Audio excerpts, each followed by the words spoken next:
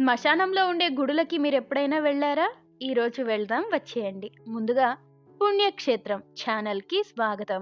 ఇక్కడ మనకు కనిపిస్తున్న అమ్మవారు శ్రీ శ్రీ శ్రీ అష్టభుజి జోగులాంబ అమ్మవారు.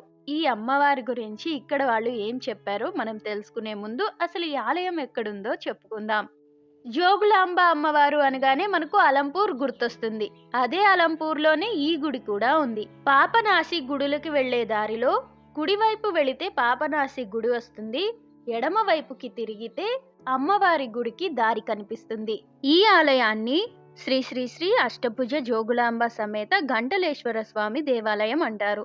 అమ్మతో పాటు ఉన్న శివయ్యని గంటలేశ్వర స్వామి అని పిలుస్తారు. అలానే ఈ ఆలయాన్ని గమనించినట్లయితే కొత్తదిగా కనిపిస్తుంది.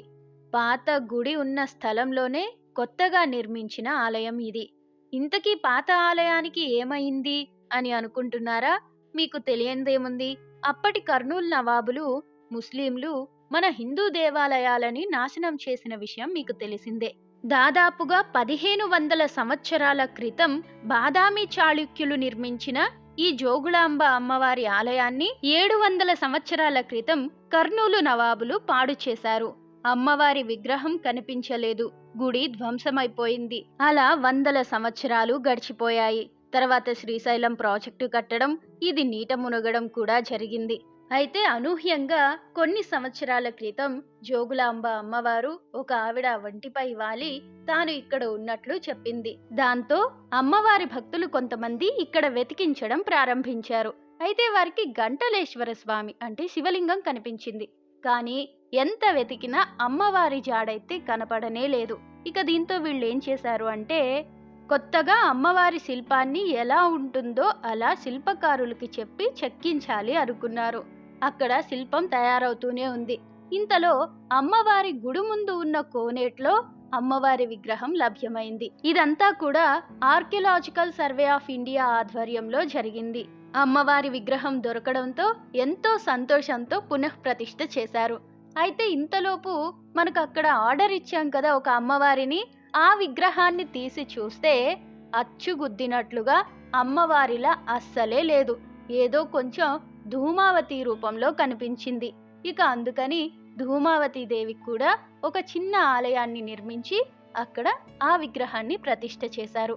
దశమహావిద్యలను కూడా ఇక్కడ ప్రతిష్ఠ చేయాలని శ్రీనివాస్ గారు మనకు తెలియజేశారు. ఇలా 5వ శతాబ్దానికి చెందిన అష్టభుజాలతో కలిగిన యవ్వన రూపంలో ఉన్న జోగులాంబ అమ్మవారిని నేడు మళ్ళీ పునఃప్రతిష్ఠ చేసి పూజలు చేయడం ఎంత గొప్ప విషయమో కదా.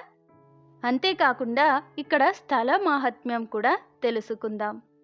ఆత్మ పరమాత్మలో కలిసే చోటు రుద్రభూమి అయిన ఈ జోగులాంబ శివానివాస స్థలంలో అంతిమ సంస్కారం చేయబడిన వారికి మోక్షం సిద్ధిస్తుంది.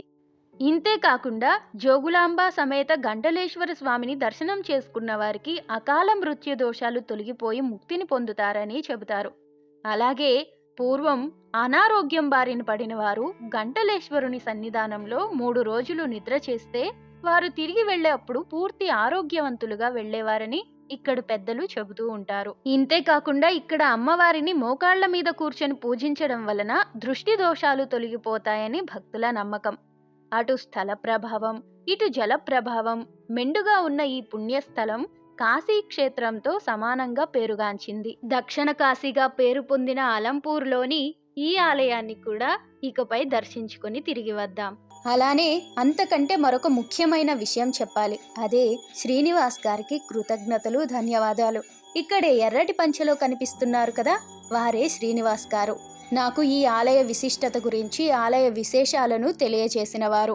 ఈ శ్రీనివాస్ అరుణ అనే పుణ్య దంపతులు కేవలం ఈ ఆలయాన్ని పునర్నిర్మించడంలోనే కాదు, జోగులాంబ అమ్మవారి ఆలయంలో కూడా నాగుల కోన దగ్గర విగ్రహాలు ప్రతిష్ఠ చేయడం, పాడుబడిపోయిన నాగుల కోనకి మళ్ళీ కొత్త రూపాన్ని ఇవ్వడం జరిగింది. ఇదేనండి ఇవాల్టి గంటలేశ్వర స్వామి జోగులాంబ అమ్మవారి ఆలయ చరిత్ర.